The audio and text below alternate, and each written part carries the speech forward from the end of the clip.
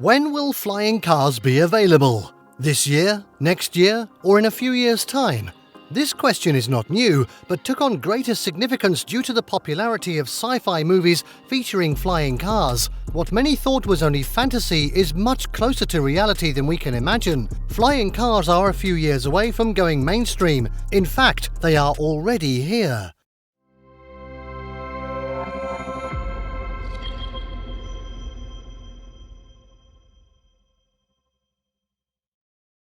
Hello and welcome to yet another exciting video. In this episode, we will bring to light some of the massive improvements in flying automobile technology and what it portends for the future. We will also explain some of the current challenges limiting the successful launch of flying cars in our ecosystem. Contrary to what you may have thought, flying cars are already in existence. In fact, more than a few companies have already unveiled prototypes of their flying cars with varying degrees of success. One company to have gone very far with its technology is Aeromobile. At a press release in 2015, the company announced at the South by Southwest event held in Austin, Texas, that its stowable winged car will be ready by 2017. They also anticipated full commercialization of the vehicle during this timeframe. Aeromobile eventually unveiled their vehicle, but the commercialization stage is still ongoing due to technical delays. The race to commercialize the first flying car has also seen many other companies accelerate their research and design. Another company at the forefront of the race is Terrafug. In 2013, the company announced that it was on schedule to unveil its flying car. Founded by 5 MIT engineers,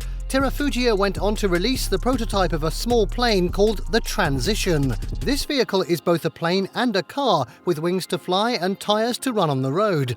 Terrafug is a car behind schedule, just like Aeromobile, due to 4 critical impediments faced by most companies in this field. They are weather complications, pricing, air travel requirements, and landing infrastructure. Terrafug and Aeromobile are not the only companies designing flying cars. However, the duo has come a long way with their design and technology. Terrafug's Transition flying car is similar to Aeromobile's version with its 100 miles capability, foldable wings, and 35 miles per hour speed. There are notable companies with futuristic car designs, and over the last few years, the race has only gained momentum. XTI Aircraft is another brand.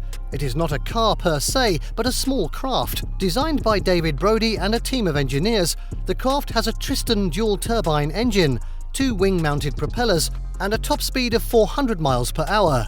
It can also reach an altitude of 30,000 feet. With all of these innovations already in play, why haven't we seen flying cars take to the air in our cities and towns already? The answer to this question is not far-fetched. Designing a car that can fly is not all there to make a flying car a reality. A lot of work still has to be done in the area of infrastructure and policy enactments. As it stands, road transport is under the Ministry of Transport, while planes are supervised by the Ministry of Aviation in many countries. So a lot of work still has to be done to make flying cars feasible. Ensuring the safety of drivers and the general community requires meticulous planning. So a lot of decisions will have to be made, and these decisions will influence the final designs of cars that take the air. How much will a flying car cost? No one knows for sure, but due to the current level of competition in the industry, we expect to see different luxury brands release their versions at different prices.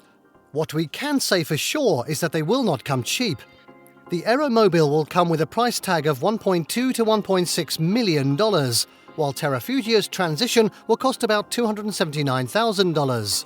Despite these price projections, many analysts believe that both companies will have a hard time producing cars within these price brackets due to the capital-intensive nature of aviation technology and production. However, these price projections give us a fair idea of how much flying cars will cost when they do become available. Another thing that will influence price is the insurance certificates issued to buyers. Just like with conventional cars, these certificates will have to provide cover not only for the driver but accident victims. Meeting road regulation requirements will be another issue. Despite these challenges, a flying car is much closer to becoming a reality. What is holding the technology back, and why the delay? If manufacturers already have the cars locked and loaded, why are they not making so much noise about it in the media? There isn't a single answer to these questions, and no single answer offers a complete picture of the situation. However, we can piece together different shreds of evidence and speculation in the industry to make sense of the delays. The structural requirements to make flying cars a possibility appears to be giving engineers a headache. Aircrafts need a light and narrow structure to take off and land. Cars, on the other, can't be constructed with such a narrow shape, but have to be wide and heavy to maintain stability when on the move. The wide shape also helps them to generate the much-needed ground force.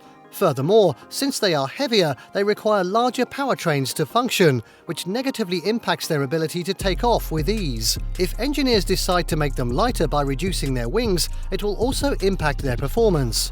Another plausible explanation as to why we have not seen flying cars gracing our cities yet may have to do with technology costs. Developing a prototype is expensive, but can be funded by a few engineers. However, producing them on a large scale will require special plants and high-tech gadgets that will cost a fortune. Even the design takes time and resources. Take Aeromobile, for instance. The company claims that it took 30 years to make their flying car a reality, and it also took 4 different iterations before they could arrive at a functional design.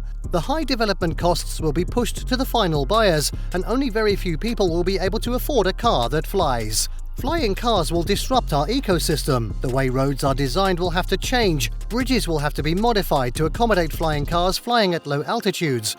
A special traffic control system will have to be created for them with a special set of rules. These rules will affect conventional cars since a system has to be created for them to land on our minor and major highways. Suffice to say that how we operate will have to be rethought and modified to create room for these cars. The disruption their introduction will cause represents the greatest challenge of all.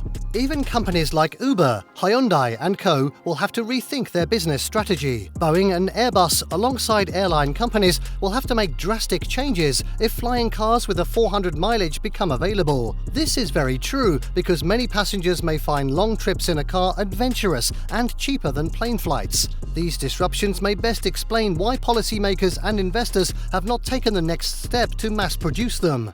Then there is the issue of economies of scale. Although flying cars will be classed as luxury automobiles, their huge price tag will represent a challenge. To be fair, luxury car brands like Rolls-Royce, Lamborghini and Ferrari have been making profits selling their vehicles to high-end buyers. However, one can assume that flying cars will cost more than most conventional luxury cars today. However, to post healthy profits, manufacturers will have to sell a certain amount of these cars to cover their overhead cost. Brands that do not sell enough within a given time will face cash flow issues similar to what Tesla experienced when it first started selling electric vehicles.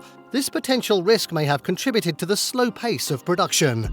There is no doubt that the flying car is no longer the stuff of dreams, but a reality that is upon us. It is no longer a matter of if, but when. While we can't say for sure when your cars will become a common phenomenon on our streets, we can definitely speculate that we are only a few years away from seeing the first flying car take to the skies near you. Let us know your opinion about flying cars in the comments section below.